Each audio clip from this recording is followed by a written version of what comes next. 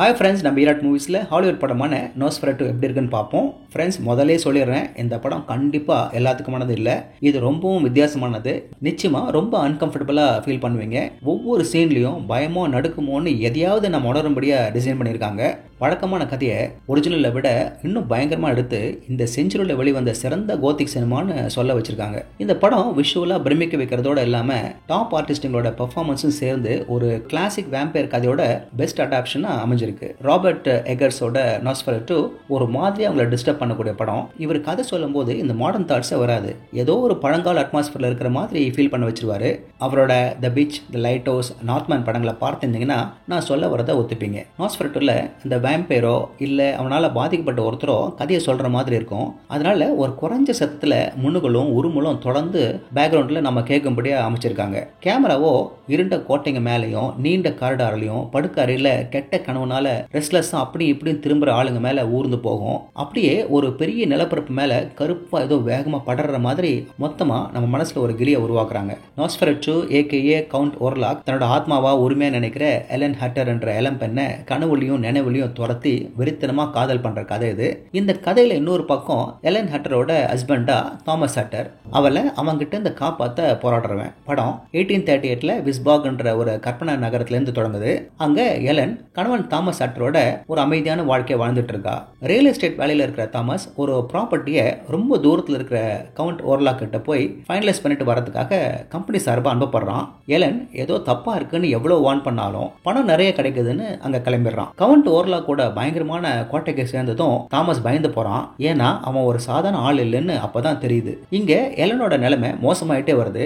ஒரே டிஸ்டர்பிங்கான கனவுகளும் ஒரு மாதிரி விவரிக்க முடியாத கனெக்ஷன் அந்த பயங்கரமான கவுண்ட் கிட்ட இருந்து அவளுக்கு ஏற்படுது. இப்படியே அந்த ஓர்லாக் திட்டம் போட்டு எலனை அடைய விரும்புறான். தாமஸுக்கும் அது புரிய வந்து அவளை காப்பாத்துறதுக்கு உயிரை கையில பிடிச்சிட்டு அந்த பயங்கரமான கோட்டையிலிருந்து தப்பிச்சு வீட்டுக்கு ஓடி வரான். இதோட விளைவா அவங்களும் அவங்க இருக்க நகரமும் கவுண்டோட கெட்ட சக்தியால இருள முழுகின மாதிரி என்னென்னமோ அசம்பாவிதம் நடக்குது. தாமஸ்னால தன் இளம் மனைவியை காப்பாற்ற முடிஞ்சுதா, நகரம் கெட்ட சக்தியிலேருந்து மீண்டுதா என்பதுதான் இந்த நோஸ்ஃபெரட்டுல பார்க்குறோம். இயக்குனர் ஒரு பழக்கமான கதையை ஃப்ரெஷ்ஷா அதே சமயம் நமக்கு ஒரு இம்மர்சிவ் அனுபவத்தை கொடுக்குற மாதிரி மாத்திருக்காரு. இதுல சின்ன சின்ன விவரங்களுக்கும் அசாதாரண கவனத்தை கொடுத்திருக்காரு. விஸ்போக் நகரத்தோட வினோதமான தெருக்குல இருந்து கவுண்ட் ஆர்லாக்கோட பாழடைஞ்ச கோட்டை சுவர் வர 19ஆம் நூற்றாண்டோட அமைப்பை கஷ்டப்பட்டு திரும்ப உருவாக்கியிருக்காரு. இன்னும் அழுத்தமான சூழ்நிலையை கொண்டு வரதுக்காக கலருங்களை சன்னமாக்கிட்டு அந்த கால ட்ரெஸ்ஸுங்க உண்மையா இருக்க மாதிரி செட்டுங்களை அமைச்சு அந்த காலத்துக்கு கொண்டு போறாரு. கவுண்ட் ஓர்லாக்கோட கோட்டைக்கு தாமஸ் போற வழி விஷுவலா எமோஷனலா படத்துல தனியா தெரியுது. பணியில மூழ்கி இருக்கிற காடுங்க, கரடுமுரடான மலைப்பாதைங்க வழியா அந்த ஆபத்தான சவாரி தனிமையையும் ஏதோ மோசமா நடக்க போதுன்ற உணர்வை தூண்டுது. அந்த கோட்டையோ ஒரு தப்பிக்க முடியாத ஜெயிலா அந்த கவுண்ட் ஓர்லாக்கோட கொடூரமான தன்மையை பிரதிபலிக்கிற மாதிரியே இருக்கு. இந்த படத்துல இன்னொரு முக்கியமான அம்சமா லைட்டையும் ஷேடோவையும் வச்சு ஒரு பயத்தையும் பதற்றத்தையும் தூண்டுறாங்க. ஒரிஜினல் படத்துக்கு மரியாதை கொடுக்கறதுக்கு அதுல வர மாதிரியே ஓர்லாக்கோட நிழலை அப்படியே பெருசா நாம பயப்படுற அளவுக்கு நீண்டுட்டு போறதையும் சேர்த்திருக்காங்க. இந்த மாதிரி கதைகளுக்கு சவுண்ட் ஒரு முக்கியமான ஒண்ணு. சஸ்பென்ஸ் அதிகமாக்கி ஒரு மாதிரியான பயத்தை எப்பவும் நம்ம ஃபீல் பண்றதுக்கு வேண்டிய அத்தனை சவுண்ட் டிசைனிங்களும் இதுல அமைச்சிருக்காங்க.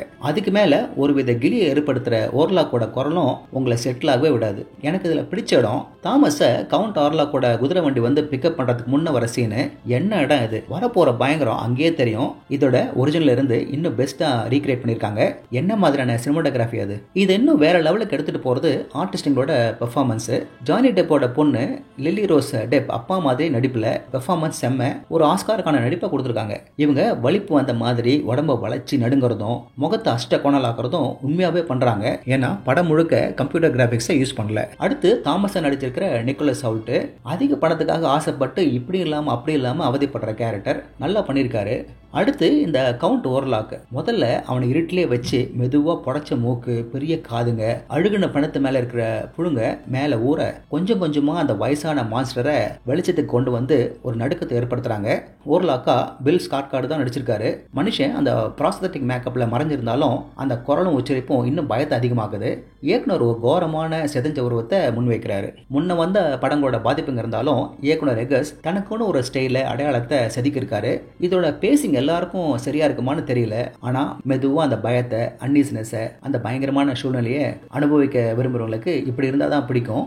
நீங்கள் கோத்திக் ஹாரர் ரசிகராக இருந்தாலும் சரி, இல்லை இதை புதுசாக பார்க்குறவராக இருந்தாலும் சரி, நோஸ்ஃபெரட்டு கொடுக்குற இந்த அனுபவத்தை நீங்கள் நிச்சயமாக மறக்க மாட்டீங்க. Master piece.